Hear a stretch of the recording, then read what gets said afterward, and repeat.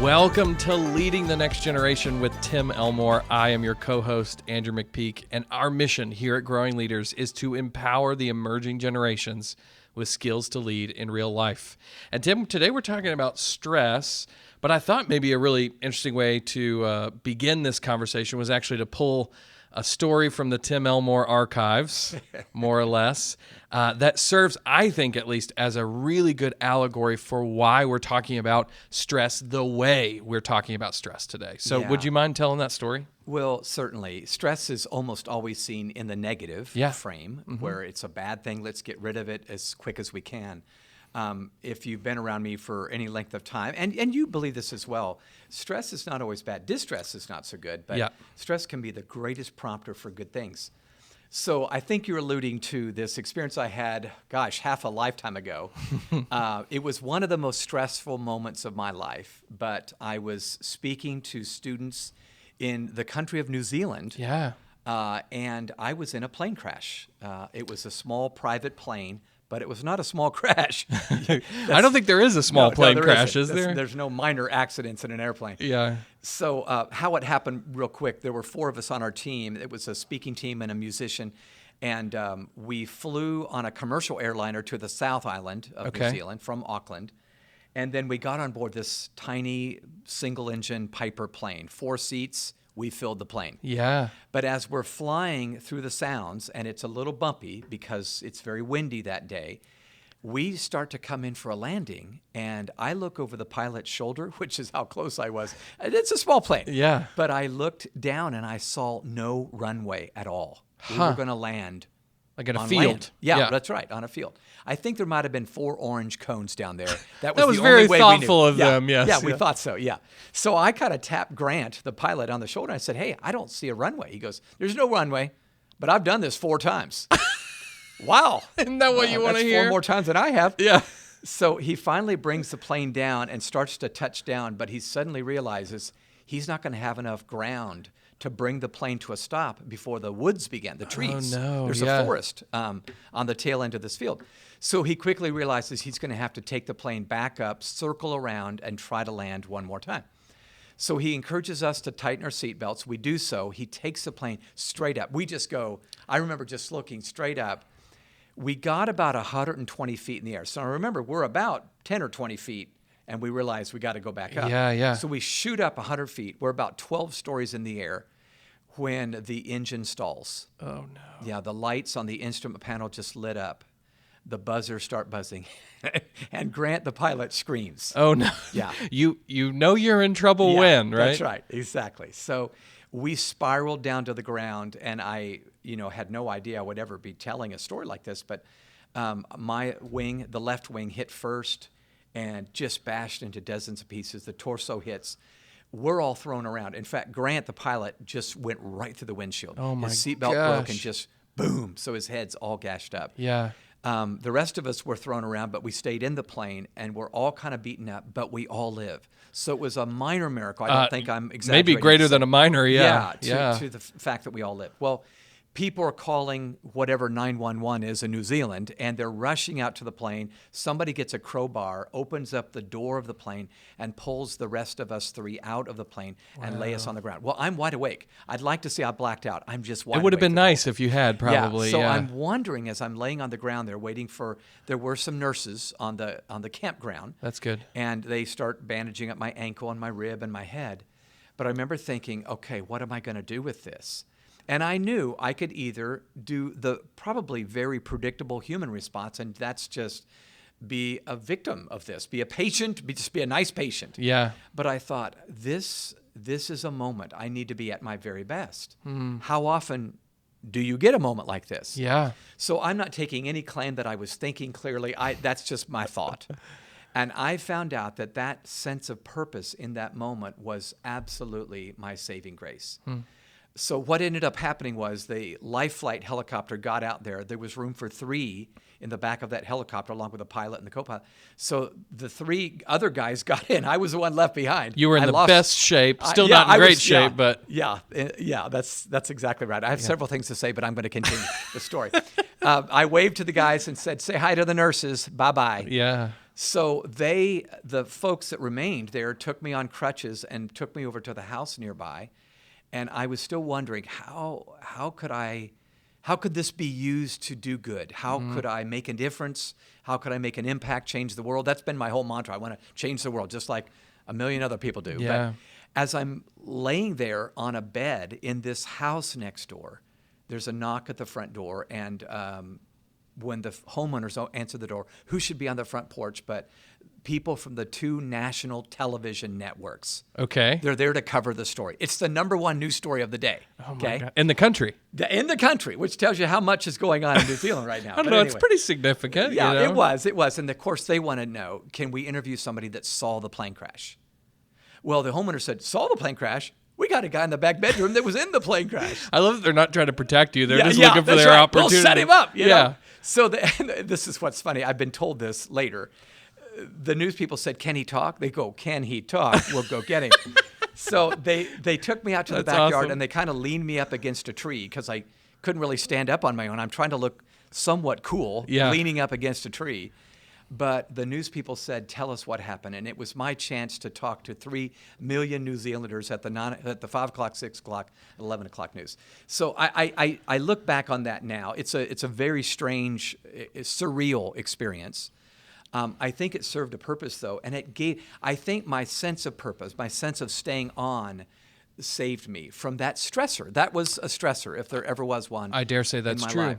So, Andrew, I guess as I think about my takeaways there, I feel like I've had different moments like this where either getting diabetes in college, which gave me my sense of urgency. Yeah.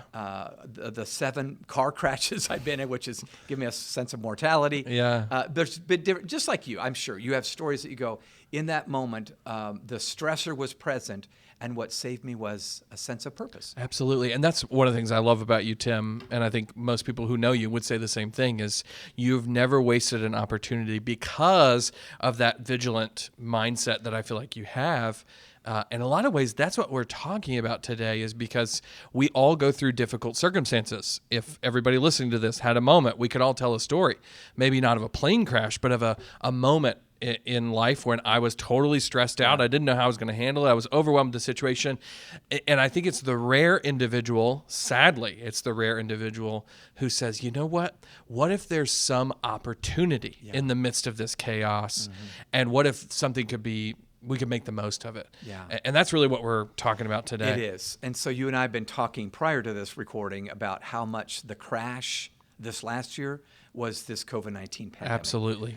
Millions would say, man, we improved because we made some amazing decisions, but millions would also say it just about sunk our boat. You know, absolutely. This business or the school that wasn't ready technologically for this, it was just horrendous. Absolutely. And there's been really bad stories and difficult situations that have come out of it. But I came across an article from the Washington Post just a couple of weeks ago that I feel like isolated this to a degree that I maybe had not seen before. Because for this one school, Indio High School in Palm Desert, California, the biggest issue they have faced is truancy. They have over 2,000 students who are in this school.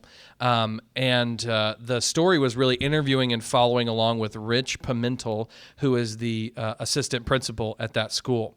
And things have gotten so bad with kids not showing up to their virtual classrooms. They've gone from 94% attendance to about 70% attendance. Wow. So just chaotically less.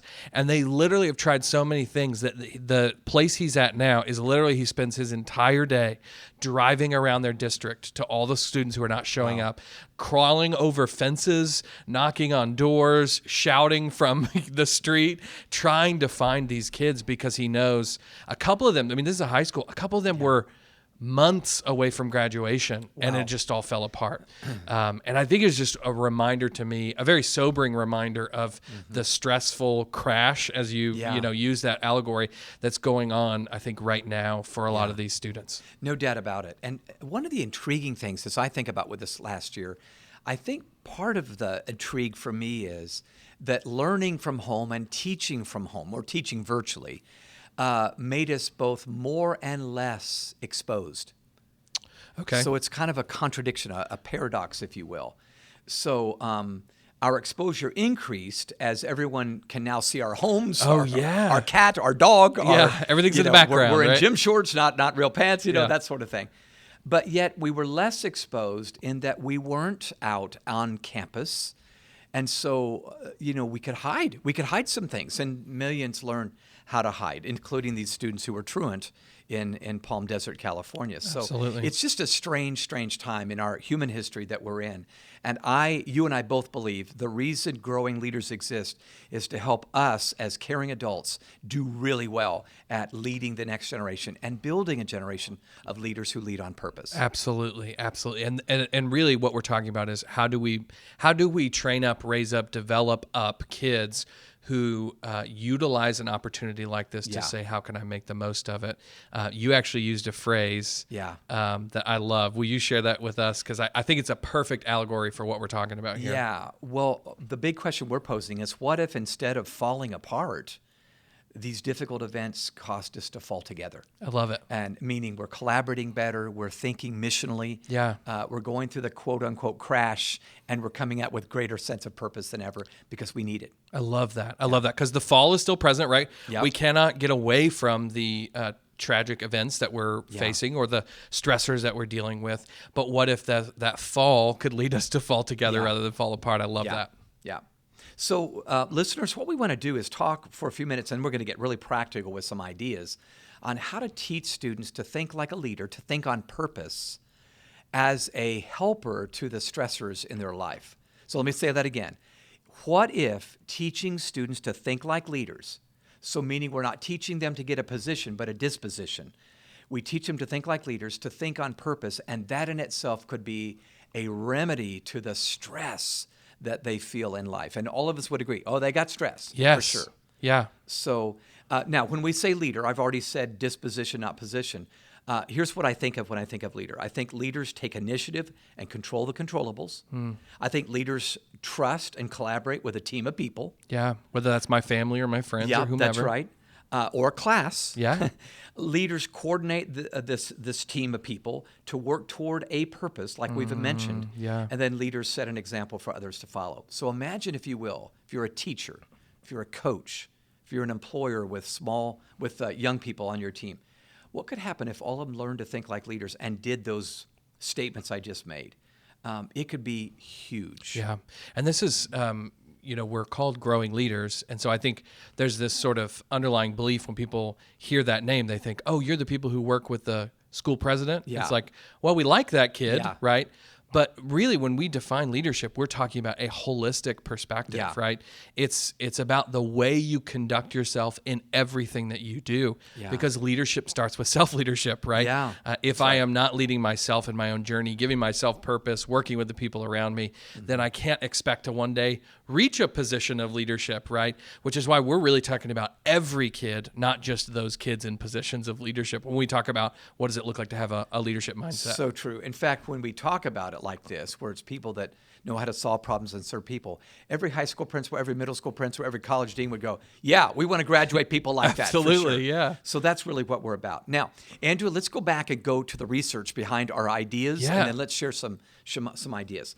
So you and I have talked a lot, Andrew, over the years, really now, since Marching Off the Map and since Generation Z Unfiltered, about some great research that was first done in 1954, so over 70 years ago, or over 60 years ago, I should say, by Dr. Julian Rotter, who taught at both Ohio State University and the University of Connecticut. But he came up with a scale in 1954 that he began to use with college students.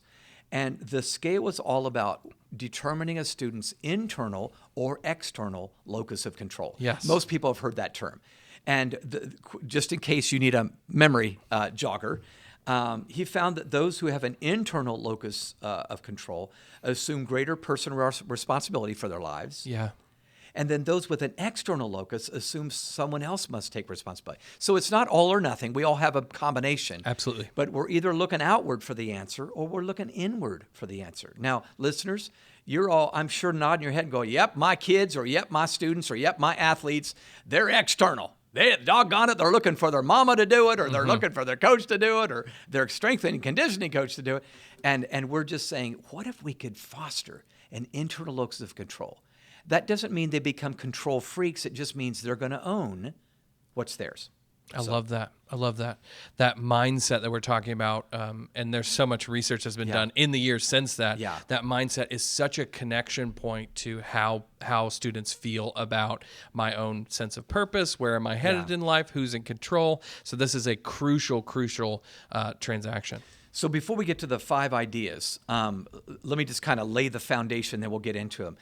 I believe, this is just me, the answer to lowering stress levels is usually not to remove the stressors.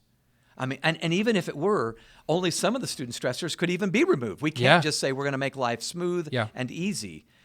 This is why we must equip our students to manage their own stress, and we must begin to give them a sense of control or ownership of their daily experiences. And Andrew, we've got a handful of ideas we think can do just that. Absolutely. And I want to get into those because I think this is exactly what we need to be talking about. We cannot control a pandemic, right? Yeah. But we can control our mindset and what we do next. Yep.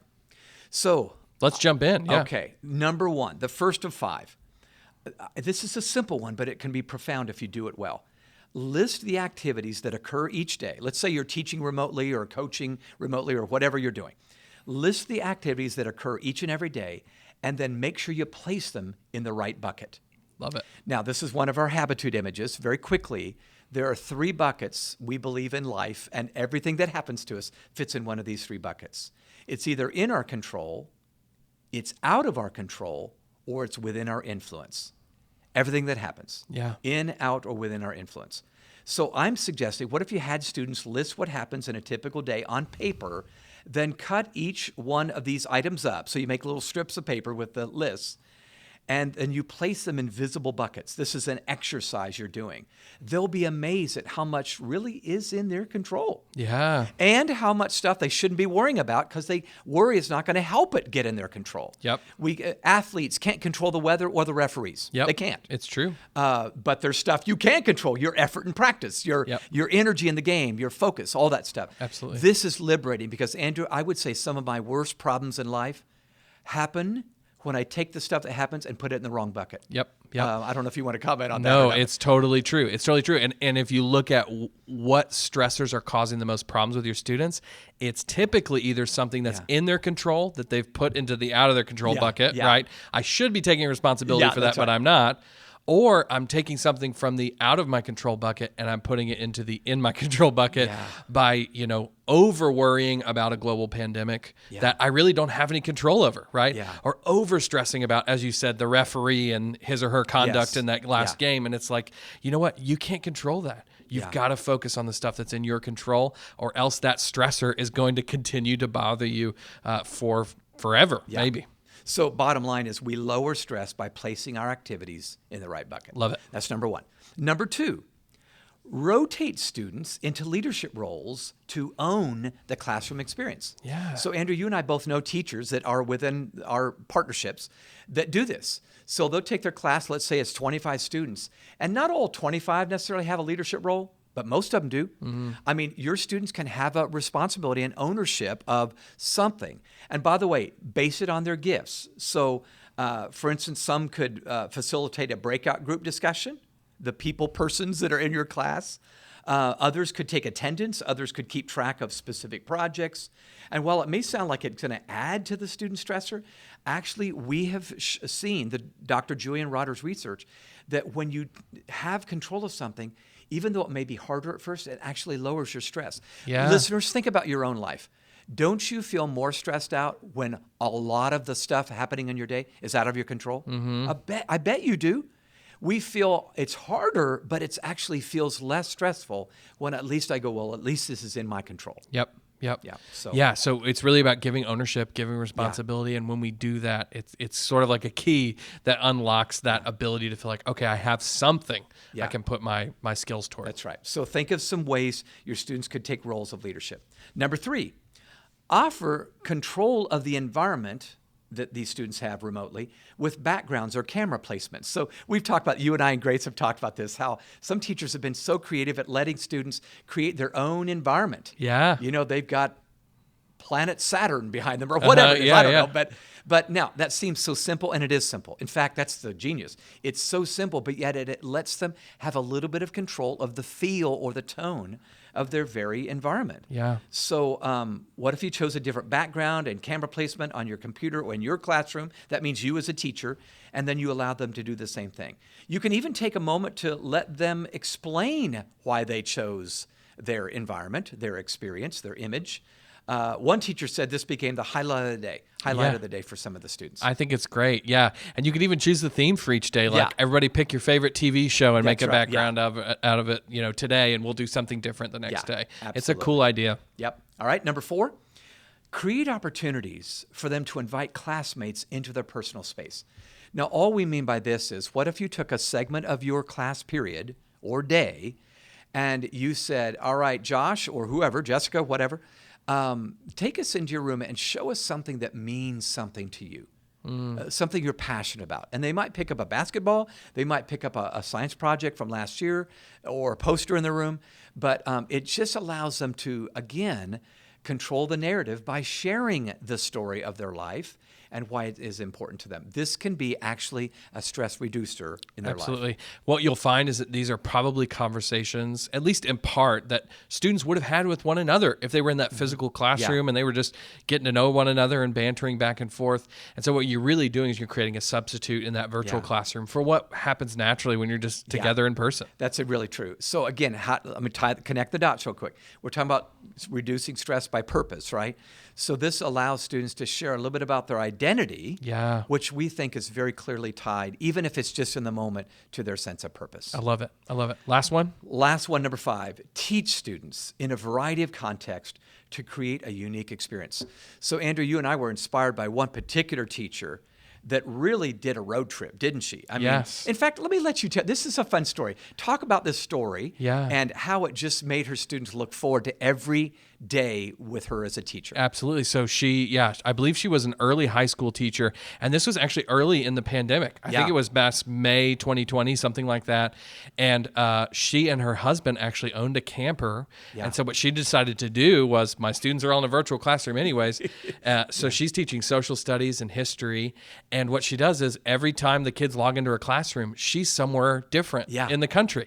So I think she taught one from Plymouth Rock, and she taught one from the Lorraine Motel in Memphis, where MLK was shot. So she just does all these different places around, and she's able to bring history to life by having the being literally physically in the place where these moments in history happened. I just thought it was a really cool idea for doing that. I wish I would have had a history teacher that did that. I know, it would have been cool. But that's a bitter moment in my life that I'll get out of one day soon. I love that. A teacher gets a vacation too, so that wasn't too bad. And got to write off all the receipts. Exactly. Well, I hope this short list sparks some ideas of your own that are maybe even better. But I just want to remind you, listeners, part of the answer to the stress levels we face is living life on purpose and making sort of leadership opportunities available to your everyday students so that they can experience it. Yeah, I love it. I love it.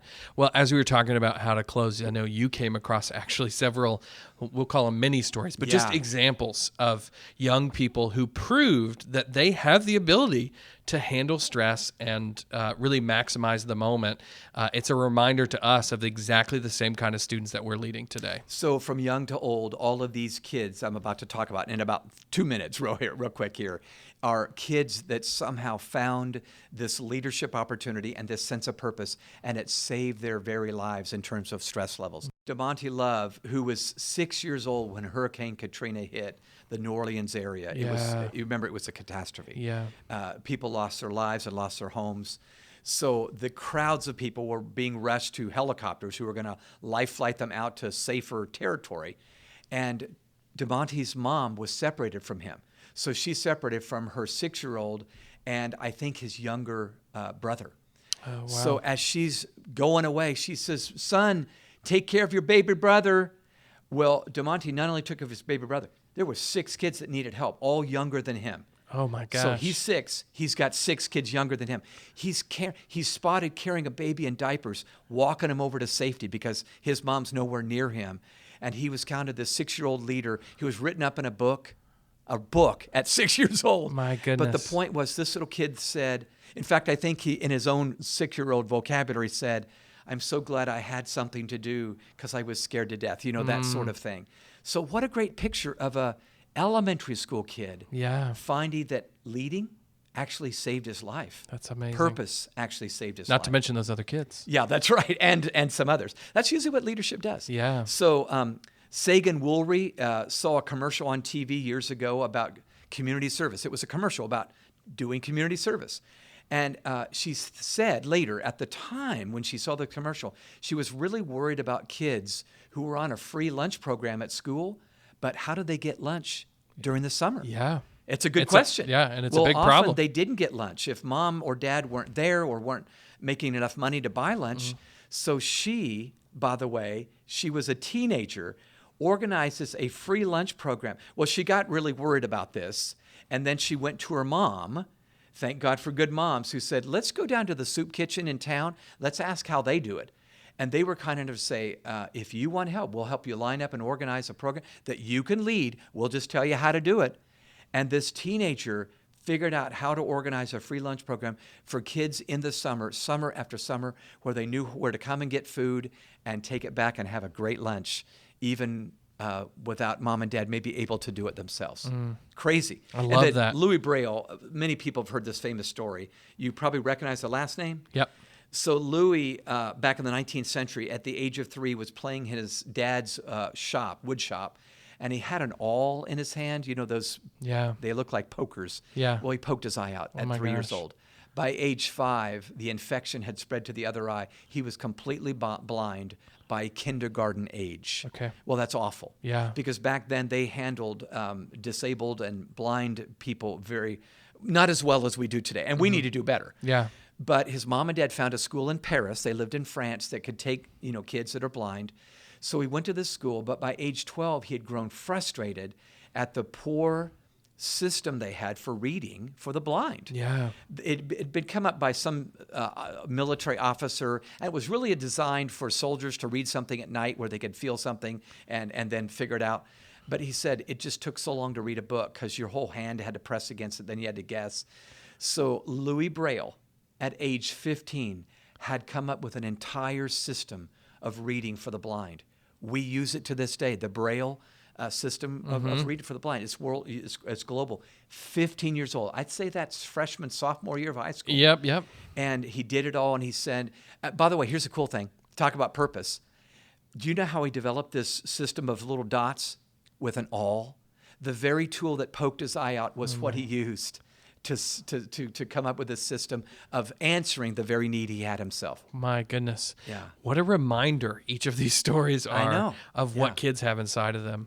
Too often they don't get enough credit. And really, I think what it comes down to is not what's inside of them, but how we treat them. How do we bring out what's inside of them? So it comes down to our style of leadership and sort of the occasion that we ask them to rise to. So lots of people may or may not know this, but one of the subcompetencies of social emotional learning is managing stress or stress management, depending on who you ask. And I just think that's one of the reminders for us of that this is a key component of what we know to be some of the most important conversations we absolutely need to be having. If you are not having these conversations, can I just present to you one option, one opportunity that you might be able to utilize? It's called Habitudes for Social and Emotional Learning. We utilize Habitudes, which are images that form leadership habits and attitudes, and those images teach life skills. And life skills are totally in line with social and emotional learning skills that we know students need now, but will also need in the future. If you want to check that out and even actually try it for free, go on over to growingleaders.com/SEL, growingleaders.com/SEL, and you will get to that page and be able to find out more information about what that program looks like and check it out for yourself. As always, if you would rate this podcast, that gets the word out about what we're doing here. Give us 5 stars wherever you get your podcasts, iTunes or wherever. If you would share this podcast, if you found it helpful, pass it along to a friend. We'd love for you to do that. If you want to connect with us online, we are at Growing Leaders and at Tim Elmore, pretty much everywhere you are. And finally, if you've got ideas for this podcast, things you want us to talk about, people to interview, shoot us an email. It's podcast@growingleaders.com. We love getting those. Tim, thank you so much for challenging us and leading us today. Thank you guys for listening, and we'll see you next time.